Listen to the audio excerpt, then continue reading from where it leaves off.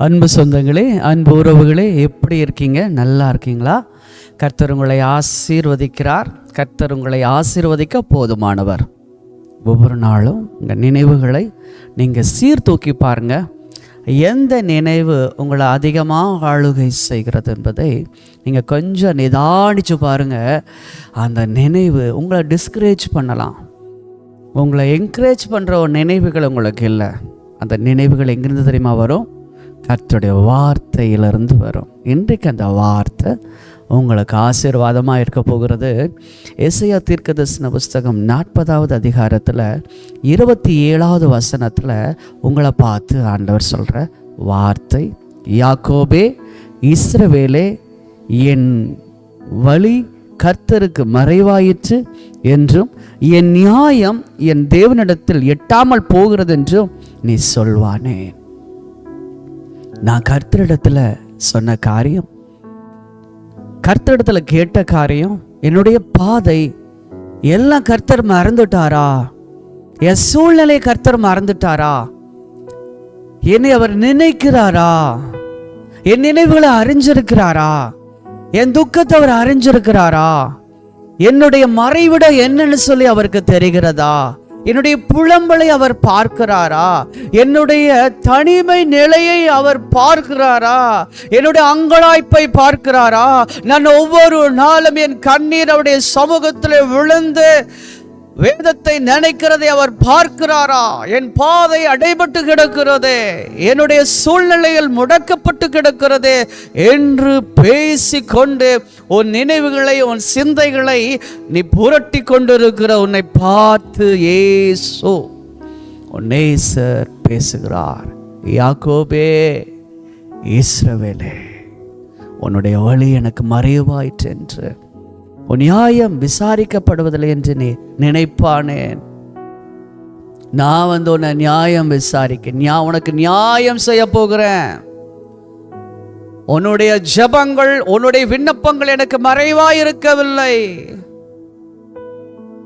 தானியேல் ஜெபிக்கிற பொழுது அந்த ஜெபம் ஜெபிப்பதற்கு முன்பாகவே கட்டளை பிறந்ததை போல நீ ஜெபிப்பதற்கு முன்பாகவே கட்டளை பிறந்து விட்டது. உன் ஜெபம் கேட்கப்படுகிறது தேவ பிள்ளையே. உன் அங்கலாய்ப்பு கேட்கப்படுகிறது தேவ பிள்ளையே. என் ஜனங்கள் தங்களை தாழ்த்தி ஜெபம் பண்ணி என் முகத்தை தேடி தங்கள் பொல்லாத வழிகளை விட்டு திரும்பினார், பரலோகத்தில் இருக்கிற நான் கேட்டு அவர்கள் பாவத்தை மன்னித்து அவர்கள் தேசத்திற்கு சேமத்தை கொடுப்பேன் என்று ஆண்டவர் சொல்லியிருக்கிறார். உனக்கு அவர் சேமத்தை கொடுக்க போகிறார். உனக்கு நியாயத்தை செய்ய போகிறார். உன் வாழ்க்கையில ஒரு நியாயத்தை ஆண்டவர் செய்ய போகிறார். எவ்வளவு காலம் இந்த போராட்டம் என்று சொல்லி கொண்டிருக்கிற உன் இருதயத்தை பார்த்து இயேசு சொல்கிறாரு, உன்னுடைய வழி, உன் பாதை எனக்கு மறைவா இல்லை. அதை நான் பார்க்குறேன். உன் உண்மையை பார்க்குறேன், உன் உத்தமத்தை பார்க்குறேன், உன் ஜபத்தை பார்க்குறேன். உன்னுடைய வாழ்க்கையில் நடக்கிற ஒவ்வொரு காரியத்தையும் எனக்கு மறைவாவே இல்லை மகனே. நீ எனக்குள் மறைந்திருப்பதை நான் பார்க்கிறேன். நீ எனக்காக ஊழியம் செய்வதை நான் பார்க்கிறேன். எனக்காக ஜப கூட்டத்தை நடத்துவதை பார்க்கிறேன். எனக்காக காத்திருந்து என்னுடைய ஜனங்களுக்காய் ஜெபிப்பதை நான் பார்க்கிறேன். உன் கண்ணீரை காண்கிறேன் மகளே. உன் அங்கலாய்ப்பை நான் கேட்கிறேன். உன் விண்ணப்பத்தை கேட்டேன். உன் கண்ணீரை கண்டேன். உன் நாட்களோடு ஆயுசை நான் கூட்டுவேன். உன் நாட்களோடு சுகத்தை கூட்டுவேன். உன் நாட்களோடு என் ஆவியை கூட்டுவேன். உன் நாட்களோடு என்னுடைய அபிஷேகத்தை கூட்டுவேன். நீ என்ன நினைச்சிட்ட உன் மனசுல? உன்னோடு பேசுகிறவர் இயேசு. என் சத்தத்தை நீ கேட்கவில்லையா? என் சத்தம் உனக்கு நேராய் வருது. உன் நியாயம் விசாரிக்கப்படும். உனக்கு நியாயம் செய்வேன். பூமியின் கடையாந்தரங்களை சிருஷ்டித்த கர்த்தராகிய அநாதி தேவன் சோர்ந்து போவதும் இல்லை, இளைப்படைவதும் இல்லை. இதை நீ அறியாயோ? இதை நீ கேட்டதில்லையோ? அவருடைய புத்தி ஆராய்ந்து முடியாதது. சோர்ந்து போகிறவனுக்கு அவர் பலன் கொடுத்து சத்துவம் இல்லாதவனுக்கு சத்துவத்தை பெருக பண்ணுகிறார். உன் வாழ்க்கையில ஆண்டவர் சத்துவத்தை பெருக பண்ணுகிறார். உன் உடல் சுகத்தை ஆண்டவர் விரும்புகிறார். உன் ஆரோக்கியத்தை விரும்புகிறார். உனக்கு நீதி செய்ய போகிறாரு. உனக்கு உன்னுடைய நியாயத்தை அவர் விசாரிக்க போகிறாரு. யாரெல்லாம் எதிராளியா இருக்காங்களோ அவர்களுக்கு முன்பாக உன் தலையை உயர்த்த போகிறார். சத்துருளுக்கு முன்பாக ஒரு பந்தியை ஆயத்தப்படுத்தி உன் தலைய எண்ணெயினால அபிஷேகம் பண்ணி உன்னை பிரித்தெடுக்கப்பட்ட ஒரு வாழ்க்கையினாலே தனக்காக தெரிந்து கொண்டிருக்கிறார். அதோட பிள்ளையே, எவ்வளவு நாட்கள் என்று சொல்லி நீ கேட்கிறாய. இளைஞர் இளைப்படைந்து சோர்ந்து போவார்கள், வாலிபரும் இடறி விழுவார்கள். வாலிபர் கூட இடறி விழுவாங்க. பலன் இல்லாதபடிக்கு உனக்கு ஒத்த பலன், காண்டாமிருகத்துக்கு ஒத்த பலனை உனக்கு தரப்போகிறார். நீ நம்புறியா? எனக்கு பலன் இல்லையே, இந்த காரியத்தை செய்வதற்கு நான் அழுதுட்டே இருக்கனே, புலம்பிட்டே இருக்கனே, எனக்கு பலன் கிடைக்குமா? நான் தலை நிமிர முடியுமா? என் வாழ்க்கையில உயர முடியுமா? நான் வாழ முடியுமா? முதல்ல எனக்கு வாழ்க்கை இருக்குதா அப்படின்னு சொல்றீங்களா? உனக்கு வாழ்க்கை இருக்குது. நீ வாழ்ந்து சுகித்திருப்பாய். நீ மனரமியமாயிருப்பாய். உன் வாழ்க்கைய கர்த்தர் பொறுப்பெடுக்கிறார். இன்றைக்கு இயேசு பொறுப்பெடுக்கிறார். கர்த்தருடைய பிள்ளையே, ஏசாயா தீர்க்கதரிசன புஸ்தகம் 40வது அதிகாரம் 31. கர்த்தருக்கு காத்திருக்கிறவர்கள் புது பலன் அடைந்து கழுகளை போல செட்டைகளை அடித்து எழும்புவார்கள். ஓடினாலும் களைப்படையார்கள், நடந்தாலும் சோர்ந்து போகார்கள். நீ காத்திருக்கிறேன்னு நீ சொல்ற இல்லையா?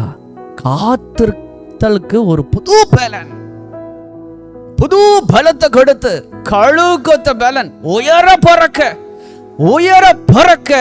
உனக்கு சிறகுகளிலே இந்த பலத்தை கொடுக்கிறார்.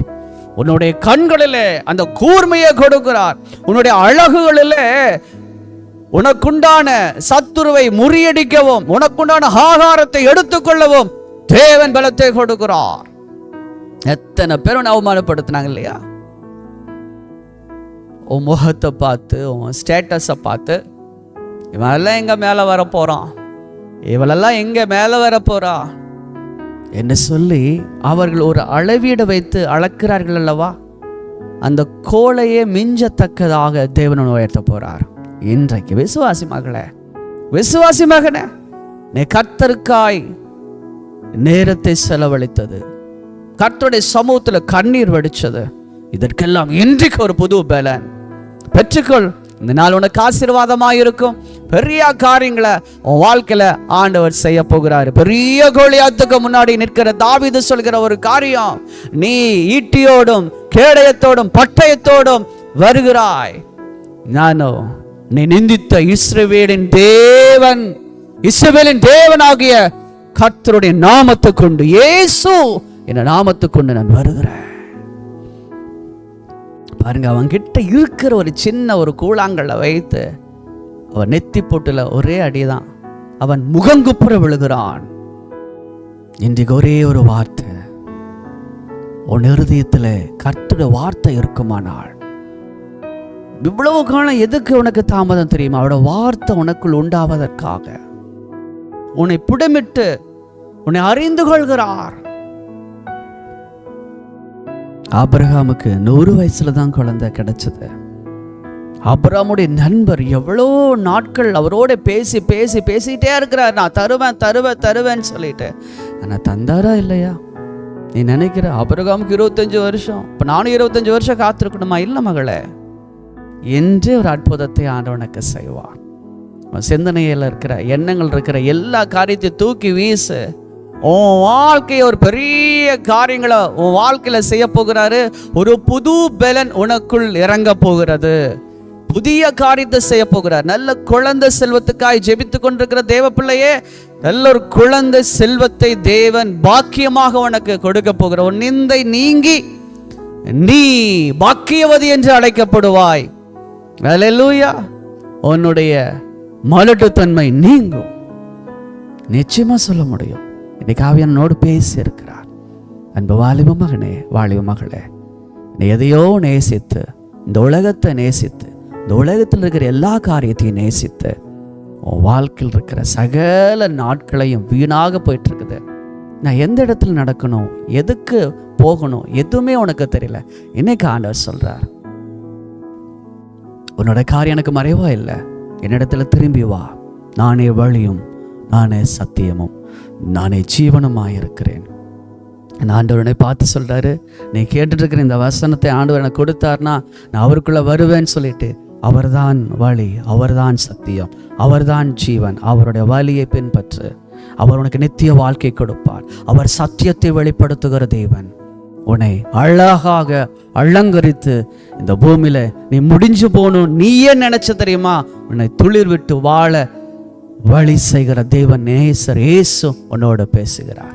சொந்து போக வேண்டாம். உங்க வாழ்க்கையில எல்லாம் தழைத்து செழித்தோங்கி நீங்கள் அநேகருக்கு ஜீவ விருட்சமாக இருக்க போறீங்க.